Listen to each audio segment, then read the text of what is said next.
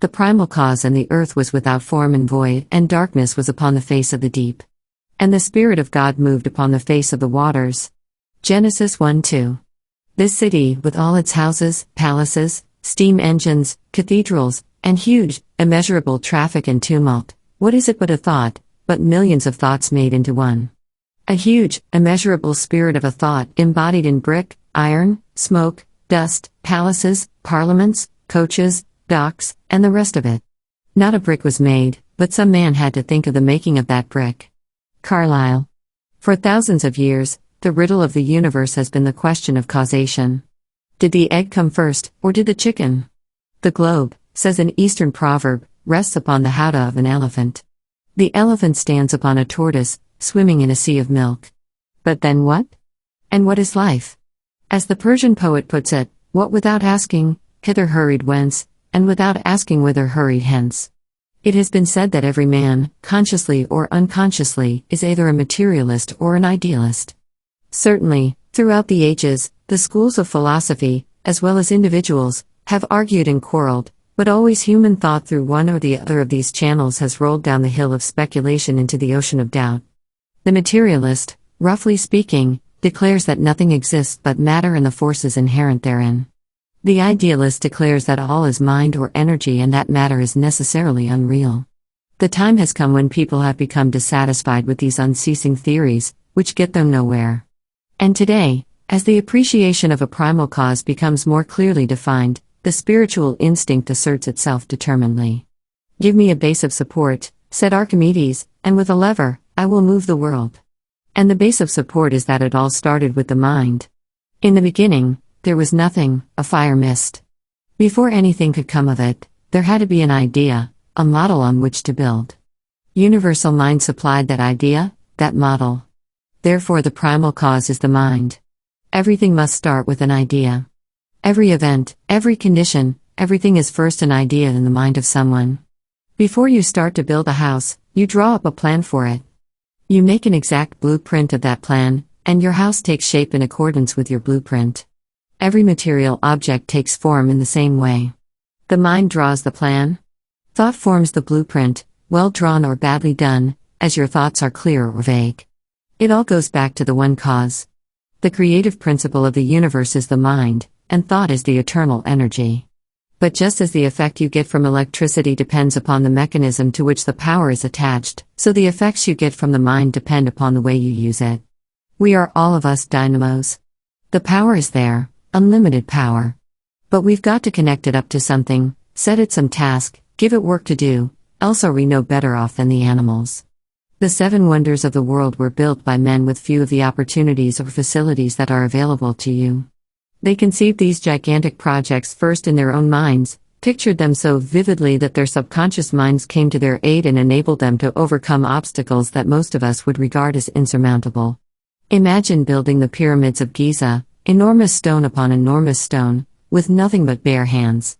Imagine the labor, the sweat, the heartbreaking toil of erecting the Colossus of Rhodes, between whose legs a ship could pass. Yet men built these wonders in a day when tools were of the crudest and machinery was undreamed of by using the unlimited power of the mind. Mind is creative, but it must have a model on which to work. It must have thoughts to supply the power. There are in universal mind ideas for millions of wonders greater far than the 7 wonders of the world. And those ideas are just as available to you as they were to the artisans of old, as they were to Michelangelo when he built St. Peter's in Rome, as they were to the architect who conceived the Woolworth Building, or the engineer who planned the Hellgate Bridge. Every condition and every experience of life is the result of our mental attitude. We only can do what we think we can do. We only can be what we think we can be. We can have only what we think we can have. What we do, what we are, and what we have all depend upon what we think.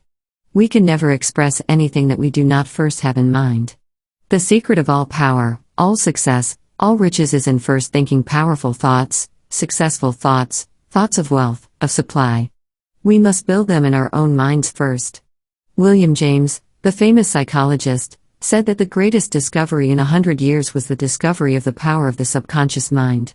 It is the greatest discovery of all time. It is the discovery that man has within himself the power to control his surroundings, that he is not at the mercy of chance or luck, that he is the arbiter of his own fortunes, and that he can carve out his own destiny. He is the master of all the forces round about him. As James Allen puts it, dream lofty dreams, and as you dream, so shall you become. Your vision is the promise of what you shall one day be, your ideal is the prophecy of what you shall at last unveil. For matter is in the ultimate but a product of thought. Even the most material scientists admit that matter is not what it appears to be. According to physics, matter, be it the human body or a log of wood, it makes no difference which, is made up of an aggregation of distinct minute particles called atoms. These atoms are so small that they can be seen only with the aid of a powerful microscope, if at all. Matter, dream or reality? Until recently, these atoms were supposed to be the ultimate theory regarding matter. We ourselves, and all the material world around us, were supposed to consist of these infinitesimal particles of matter, so small that they could not be seen or weighed or smelled or touched individually, but still particles of matter and indestructible. Now, however, these atoms have been further analyzed, and physics tells us that they are not indestructible at all, that they are mere positive and negative buttons of force or energy called protons and electrons, without hardness, without density, without solidity, without even positive actuality. In short, they are vortices in the ether, whirling bits of energy, dynamic, never static, pulsating with life, but life is spiritual. As one eminent British scientist put it, science now explains matter by explaining it away. And that, mind you, is what the solid table in front of you is made of, is what your house, your body, the whole world is made of, whirling bits of energy. To quote the New York Herald Tribune of March 11, 1926, we used to believe that the universe was composed of an unknown number of different kinds of matter, one kind for each chemical element. The discovery of a new element had all the interest of the unexpected. It might turn out to be anything, to have any imaginable set of properties. That romantic prospect no longer exists. We know now that instead of many ultimate kinds of matter, there are only two kinds. Both of these are really kinds of electricity. One is negative electricity, being, in fact, the tiny particle called the electron, familiar to radio fans as one of the particle's vast swarms which operate radio vacuum tubes. The other kind of electricity is positive electricity. Its ultimate particles are called protons. From these protons and electrons, all of the chemical elements are built up. Iron and lead and oxygen and gold and all the others differ from one another merely in the number and arrangement of the electrons and protons which they contain. That is the modern idea of the nature of matter. Matter is really nothing but electricity. Can you wonder then that scientists believe the time will come when mankind, through the mind, can control all this energy, can be the absolute master of the winds and the waves, can literally follow the master's precept, if ye have faith as a grain of mustard seed, ye shall say unto this mountain, remove hence to yonder place, and it shall remove, and nothing shall be impossible unto you. Modern science is coming more and more to the belief that what we call matter is a force subject wholly to the control of the mind. How tenuous matter really is perhaps best illustrated by the fact that a single violin string, tuned to the proper pitch, could start a vibration that would shake down the Brooklyn Bridge. Oceans and mountains, rocks and iron, all can be reduced to a point a little short of the purely spiritual. Your body is 85% water, 15% ash and phosphorus. And they, in turn, can be dissipated into gas and vapor. Where do we go from there? Is not the answer that, to a great degree at least, and perhaps altogether, this world round about us is one of our mind's own creating? And that we can put into it, and get from it, pretty much what we wish? You see this illustrated every day. A panorama is spread before you. To you, it is a beautiful picture, to another, it appears as a mere collection of rocks and trees. A girl comes out to meet you.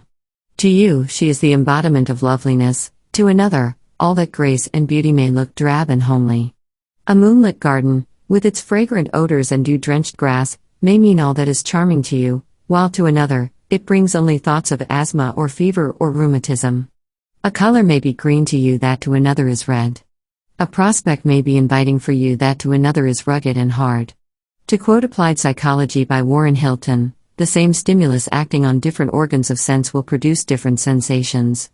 A blow upon the eye will cause you to see stars, a similar blow upon the ear will cause you to hear an explosive sound. In other words, the vibratory effect of a touch on the eye or ear is the same as that of light or sound vibrations. The notion you may form of any object in the outer world depends solely upon what part of your brain happens to be connected with that particular nerve end that receives an impression from the object.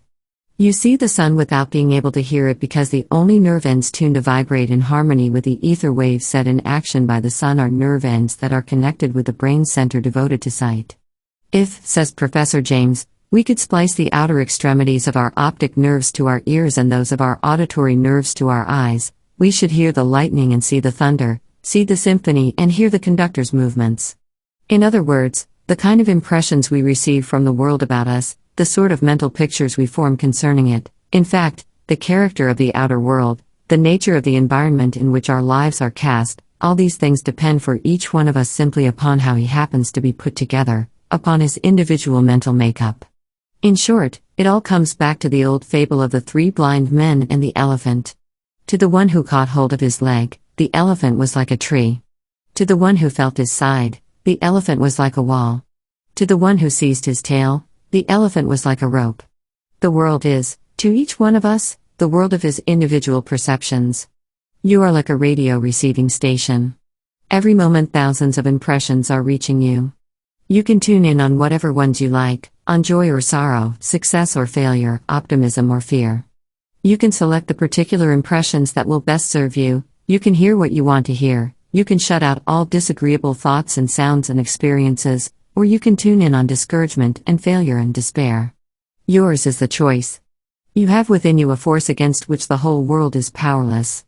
By using it, you can make what you will of life and of your surroundings. But, you will say, objects themselves do not change. It is merely the difference in the way you look at them. Perhaps. But to a great extent, at least, we find what we look for, just as, when we turn the dial on the radio, we tune in on whatever kind of entertainment or instruction we may wish to hear. And who can say that it is not our thoughts that put it there? Who, for the matter of that, can prove that our surroundings in waking hours are not as much the creature of our minds as are our dreams? You've had dreams many a time where every object seemed just as real as when you were awake. You felt the objects, you've pinched yourself, yet still, you were convinced that you were actually living those dreams. May not your waking existence be largely the creation of your own mind, just as your dream pictures are? Many scientists believe that it is, and that in proportion, as you try to put into your surroundings the good things you desire, rather than the evil ones you fear, you will find those good things. Certain it is that you can do this with your own body. Just as certain that many people are doing it with the good things of life. They have risen above the conception of life in which matter is the master. Just as the most powerful forces in nature are the invisible ones, heat, light, air, electricity, so the most powerful forces of man are his invisible forces, his thought forces. And just as electricity can fuse stone and iron, so can your thought forces control your body, and so can they make or mar your destiny. The philosopher's charm. There was once a shrewd necromancer who told a king that he had discovered a way to make gold out of the sand. Naturally, the king was interested and offered him great rewards for his secret. The necromancer explained his process. It seemed quite easy, except for one thing. Not once during the operation must the king think of the word abracadabra. If he did, the charm was broken, and the gold would not come. The king tried and tried to follow the directions, but he could not keep the word abracadabra out of his mind. And he never made the gold. Dr. Windbeigler puts the same idea in another way. Inspiration, genius, power, are often interfered with by the conscious mind's interposing, by man's failure to recognize his power, afraid to assist himself, lacking the faith in himself necessary to stimulate the subconscious so as to arouse the genius asleep in each. From childhood on we are assured on every hand, by scientists, by philosophers, by our religious teachers, that ours is the earth and the fullness thereof. Beginning with the first chapter of Genesis, we are told that God said, "Let us make man in our image, after our likeness, and let them have dominion over the fish of the sea, and over the fowl of the air, and over the cattle, and over all the earth, and over every living thing that moveth upon the earth." All through the Old and the New Testament, we are repeatedly adjured to use these God-given powers. "He that believeth on me," said Jesus, "the works that I do shall he also do, and greater works than these shall he do. If ye abide in me, and my words abide in you, ye shall ask what ye will, and it shall be done unto you. For verily I say unto you, that whosoever shall say unto this mountain, Be thou removed, and be thou cast into the sea, and shall not doubt in his heart, but shall believe that those things which he saith shall come to pass, he shall have whatsoever he saith. The kingdom of God is within you. We hear all this, perhaps we even think we believe, but always, when the time comes to use these God-given talents, there is the doubt in our heart. Bauduin expressed it clearly: to be ambitious for wealth and yet always expecting to be poor, to be always doubting your ability to get what you long for, is like trying to reach east by traveling west. There is no philosophy that will help a man to succeed when he is always doubting his ability to do so, thus attracting failure. You will go in the direction in which you face. There is a saying that every time the sheep bleats, it loses a mouthful of hay. Every time you allow yourself to complain about your lot, to say, I am poor, I can never do what others do, I shall never be rich, I have not the ability that others have, I am a failure, luck is against me, you are laying up so much trouble for yourself. No matter how hard you may work for success, if your thought is saturated with the fear of failure, it will kill your efforts, neutralize your endeavors, and make success impossible. And that is responsible for all our failures. We are like the old lady who decided she wanted the hill behind her house removed. So she got down on her knees and prayed to the good Lord to remove it. The next morning she got up and hurried to the window. The hill was still in its same old place. I knew it, she snapped. I gave him his chance. But I knew all the time there was nothing to this prayer business. Neither is there, as it is ordinarily done. Prayer is not a mere asking for favors. Prayer is not a paean of praise. Rather, prayer is a realization of the God power within you, of your right of dominion over your own body, your environment, your business, your health, and your prosperity. It is an understanding that you are heir of God and co-heir with Christ. And that as such, no evil has power over you, whereas you have all power for good. And good means not merely holiness. Good means happiness, the happiness of everyday people. Good means everything that is good in this world of ours, comforts and pleasures and prosperity for ourselves. Health and happiness for those dependent upon us. There are no limits to good except those we put upon it ourselves. What was it made Napoleon the greatest conqueror of his day? Primarily his magnificent faith in Napoleon. He had a sublime belief in his destiny, absolute confidence that the obstacle was not made which Napoleon could not find a way through or over or around. It was only when he lost that confidence, when he hesitated and vacillated for weeks between retreat and advance, that winter caught him in Moscow and ended his dreams of a world empire. Fate gave him every chance first. The winter snows were a full month late in coming. But Napoleon hesitated, and was lost. It was not the snow that defeated him.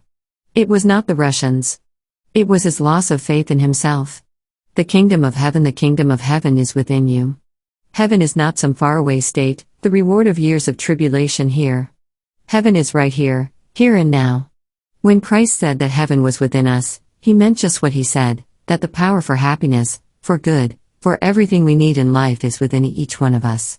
That most of us fail to realize this heaven, that many are sickly and suffering, that more are ground down by poverty and worry, is no fault of his. He gave us the power to overcome these evils, he stands ready and waiting to help us use it. If we fail to find the way, the fault is ours. To enjoy the heaven that is within us, to begin here and now, to live the life eternal takes only a fuller understanding of the power that is within us. Even now, with a limited knowledge at our command, we can control circumstances to the point of making the world without an expression of our own world within, where the real thoughts, the real power, reside. Through this world within, you can find the solution of every problem, the cause for every effect. Discover it, and all power, all possession is within your control. For the world without is but a reflection of that world within. Your thought creates the conditions your mind images. Keep before your mind's eye the image of all you want to be, and you will see it reflected in the world without.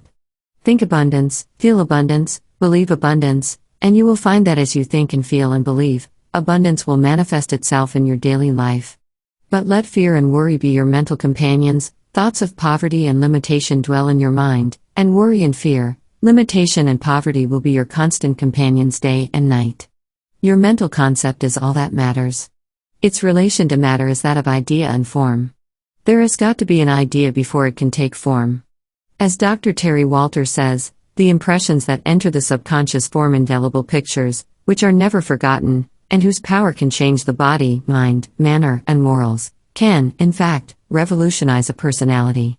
All during our waking hours, the conscious mind, through the five senses, acts as constant feeder to the subconscious. The senses are the temporal source of supply for the content of the soul mind. Therefore it is most important that we know and realize definitely and explicitly that every time we think a thought or feel an emotion, we are adding to the content of this powerful mind, good or bad, as the case may be. Life will be richer or poorer for the thoughts and deeds of today. Your thoughts supply you with limitless energy, which will take whatever form your mind demands. The thoughts are the mold that crystallizes this energy into good or ill according to the form you impress upon it. You are free to choose which. But whichever you choose, the result is sure. Thoughts of wealth, power, or success can bring only results commensurate with your idea of them. Thoughts of poverty and lack can bring only limitation and trouble. A radical doctrine, you'll say, and think me wildly optimistic. Because the world has been taught for so long to think that some must be rich and some poor, that trials and tribulations are our lots. That this is at best a vale of tears. The history of the race shows that what is considered to be the learning of one age is ignorance to the next age.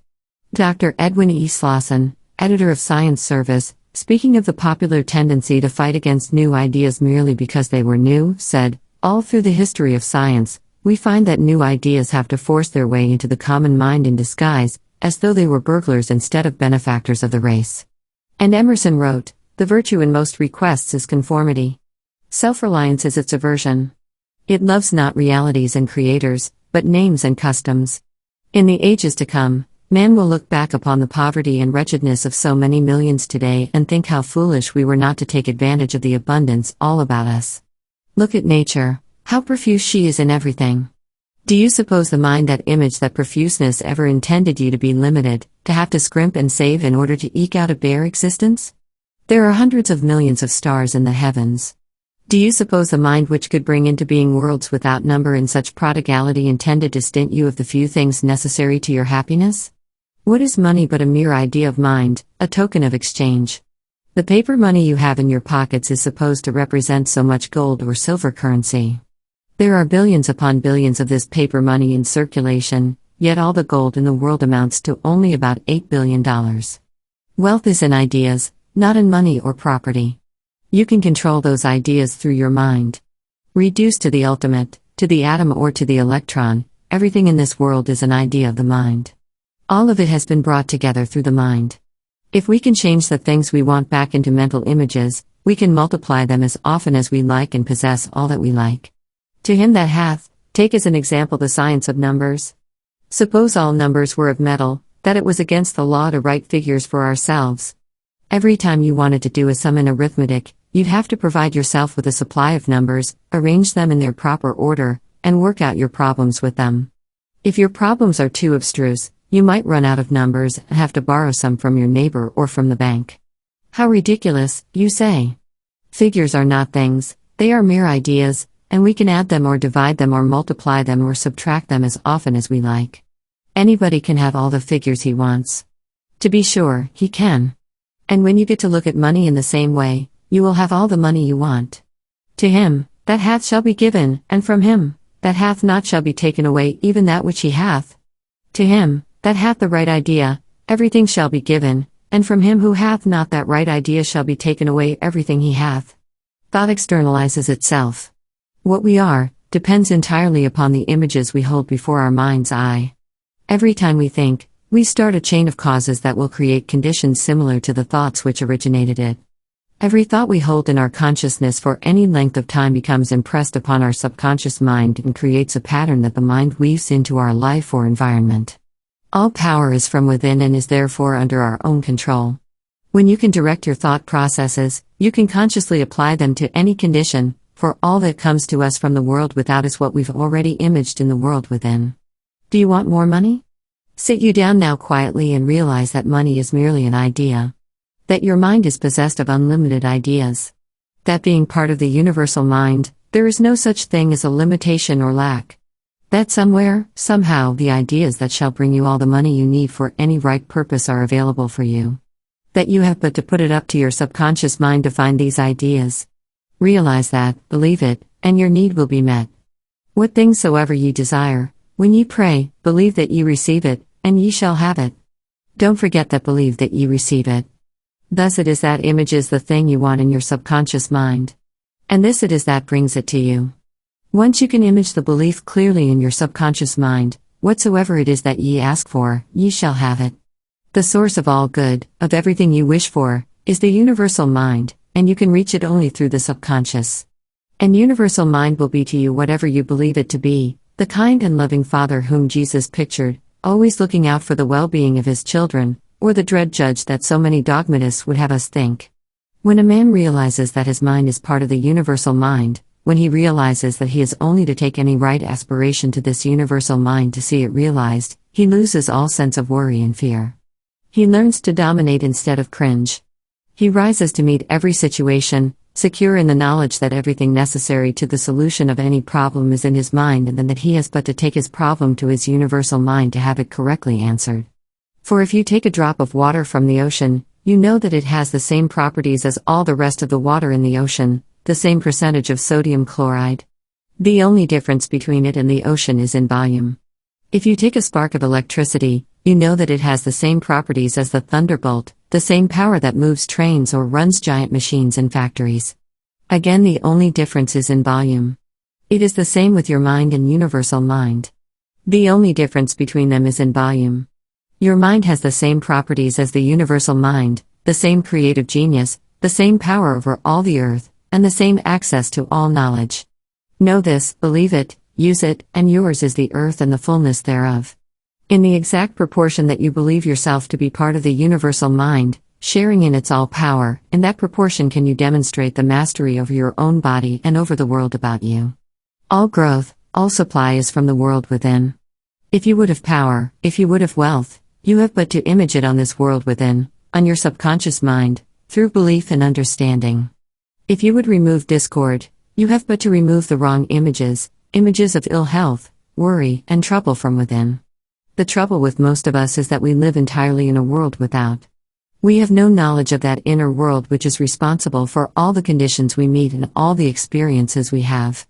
We have no conception of the Father that is within us. The inner world promises us life and health, prosperity and happiness, dominion over all the earth. It promises peace and perfection for all its offspring. It gives you the right way and the adequate way to accomplish any normal purpose. Business, labor, and professions exist primarily in thought. And the outcome of your labors in them is regulated by thought. Consider the difference, then, in this outcome if you have at your command only the limited capacity of your conscious mind, compared with the boundless energy of the subconscious and the universal mind. Thought, not money, is the real business capital, says Harvey S. Firestone, and if you know that what you are doing is right, then you are bound to accomplish it in due season. Thought is a dynamic energy with the power to bring its object out from the invisible substance all about us. The matter is inert, unintelligent. Thought can shape and control. Every form in which matter is today is but the expression of some thought, some desire, some idea. You have a mind.